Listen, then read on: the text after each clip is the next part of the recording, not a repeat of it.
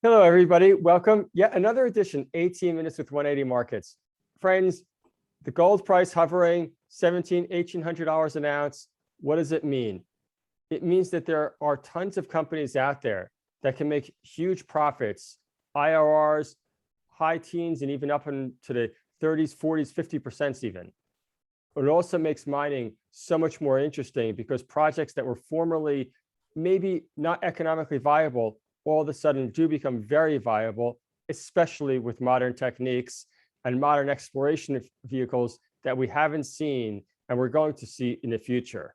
And with us today to talk all about his Western Australian gold prospects, we have Brad Valiukas from Aurumin, and he's going to talk all about his company, his projects, his background, and what he brings to the table.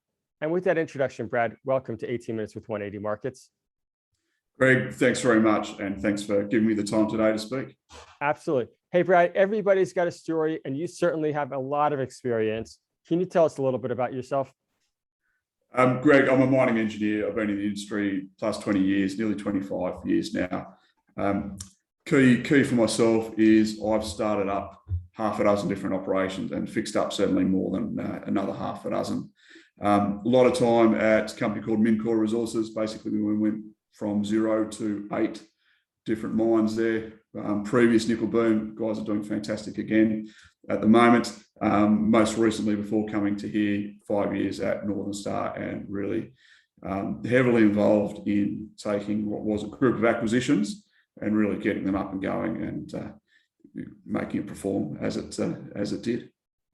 Absolutely. And Brad, and maybe just to touch a little bit further, you have a lot of experience at running multiple projects at the same time, which is extremely normal in especially smaller capitalization companies where you have to wear many hats at the same time. Can you just tell us a little bit more about how do you run, say, 3, 4, 5 different projects simultaneously and still be effective? Greg, I think there's a combination of making sure those high-level goals and objectives are really clear and simple, and communication's good, because then everybody can be on the same page. And then, of course, everybody that is working in those businesses can come along for the journey and nobody feels like they're siloed. And then at the same time, I'm very strong technically. So ability to be sort of over all the data and what's happening across the business is really, really good. So I think it's combining those, ability to go down when needed, but also try and get the most from everybody else and have them doing as much as they can and taking as much responsibility as they can. Yeah, absolutely. So in other words, the ability to see kind of the forest through the trees, but also to get down into the detail when necessary. Yeah, I think if you can't get down into the detail, then it's hard when you've got a heap of people working for you that can get down to the detail. And if you're just always skimming over the top, maybe they can feel a bit isolated. So it's that ability to cross the full gamut of operational and technical and really sort of manage across all that. Absolutely. And of course, the biggest person we have to manage is ourselves. Absolutely. Speaking more specifically about Aurumin, can you just start out with your projects maybe? You have 2 major projects going on and just discuss them a little bit. Sure, Greg. All of our projects are in Western Australia, and most of them are based in around that Southern Cross area, and certainly Mount Diamond and Mount Palmer are there. Both of these are historical producers. So Mount Diamond was found by Western Mining in the 1980s. It was mined by Tectonic Resources in the 1990s, and they really just mined out what Western Mining originally found. Western Mining went there looking for bulk oxide and also a little bit of nickel. They didn't find that. They found narrow, high-grade quartz basically coming to surface. It wasn't what they were looking for at the time, and given the size of the company, no surprise. So Tectonic mined those out, and then it's really sat there neglected since that time. Mount Palmer, longer history. Originally found in 1934, mined straight away and through to 1944, basically end of Second World War. Got down to water table, a little bit of complexity with what was going on there. Lack of labour, like a lot of mines suffered in around WA at that time, and nobody's really gone back there in a serious way since. So for us, it's a bit of a forgotten gem. Produced 158,000 ounces at 15.9 grams per tonne. Certainly shows the potential and the high grade potential of that area in and around Southern Cross, which has obviously produced multiple millions of ounces. Yeah, absolutely. And maybe going back to Mount Diamond for a moment, you've recently had there some very good news earlier in the month. We are in September, for those of you of September of 2021. Can you just talk about those findings, and also has that changed your outlook for the mine over the project, say over the next 12 months? Look, certainly those results were extremely positive. So, 4 metres at 20 north of LO3, 4 metres at nearly 50 north of Lightning, including the standout metre at 153.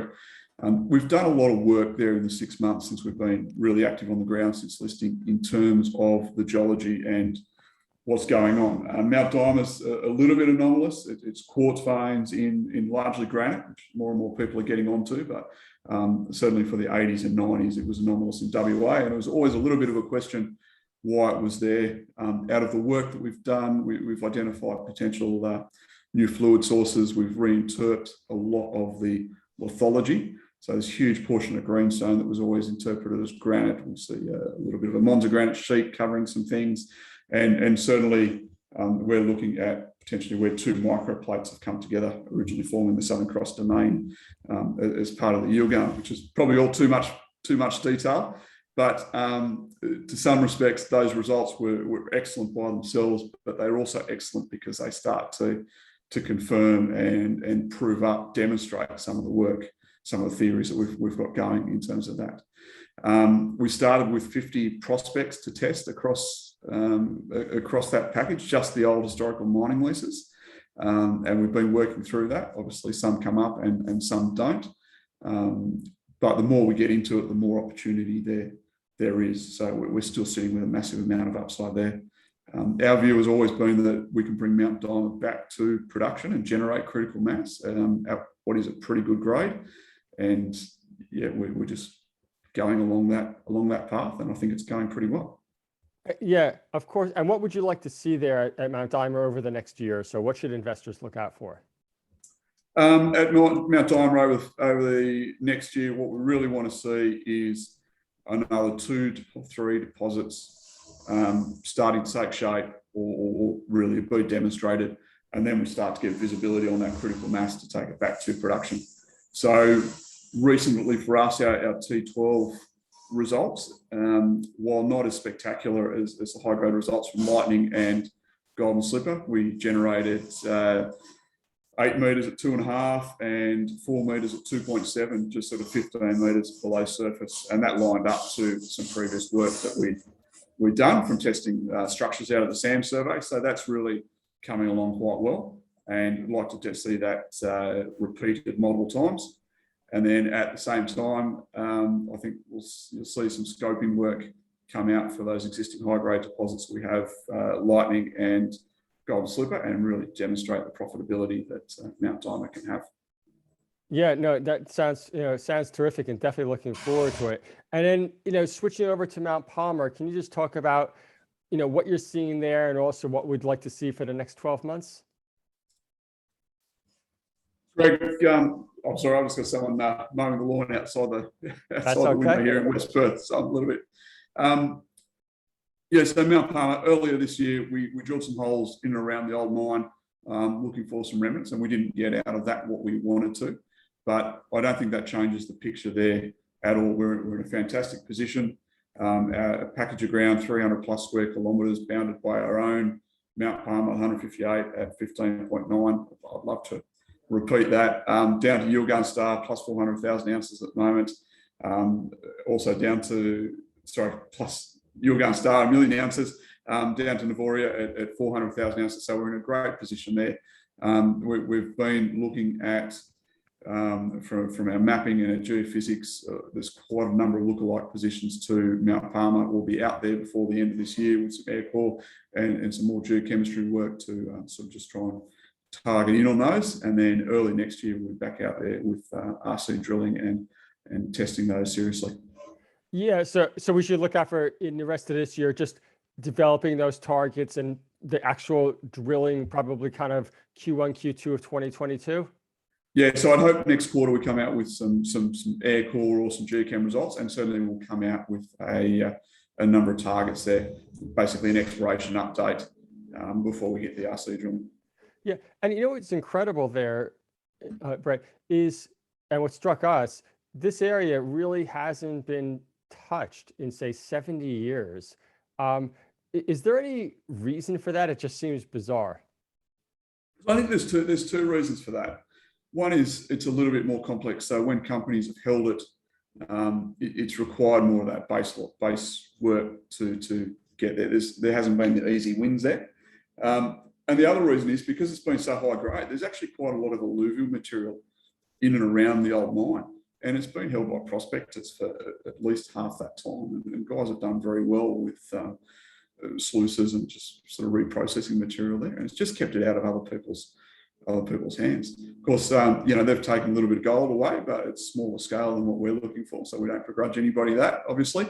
And in fact, it's fantastic because they've helped keep it in a position where we could get it now. Yeah, no, of course. And Brett, again, turning back towards your skill set, you're a developer, that's your hard gift, if you will. Is that what you're always looking for? Is something where Brad Valiukas can really add personal value that maybe other people just cannot quite so easily fit in? Yeah, absolutely. It's always about where we can add value. So we're busy on the ground. We'll be back out there in early October, and another round of drilling up at Mount Diamond. But yeah, we're very, very busy in the background looking for what we can add value to. I think anything we do should be a win-win for another party that's got a project that either needs developing and they're an explorer by nature, and it's really time for someone else to step in and take it over, or there's an underperforming asset that maybe aren't sure how to get the most out of it. I think we can always provide a win-win for that. And pretty comfortable with it. Yes, I can certainly add a lot of value, and we've got a pretty good team here that we've built as well. And as a small exploration company, we've actually set up so as we can go and do some bigger things. Yeah, no, excellent. And we're always on the lookout for, we say it takes a great project, but also great people to run it. You need both portions to get everything to an economic, profitable situation, if you will. Hey, Brad, unfortunately, we have to keep the interview short. Do you have any closing words for the audience? Look, Aurumin, high-grade projects, West Australia, previous producers, we think we can take them back to their very, very strong management team in terms of exploration, development and operations. And yeah, we're looking to grow fast, and we're very active in that. I think it's a great time to get in. Excellent. Brad, thank you so much for your time, and definitely looking forward to the journey and to the next 12 months with you. Thanks, Greg. Bye-bye.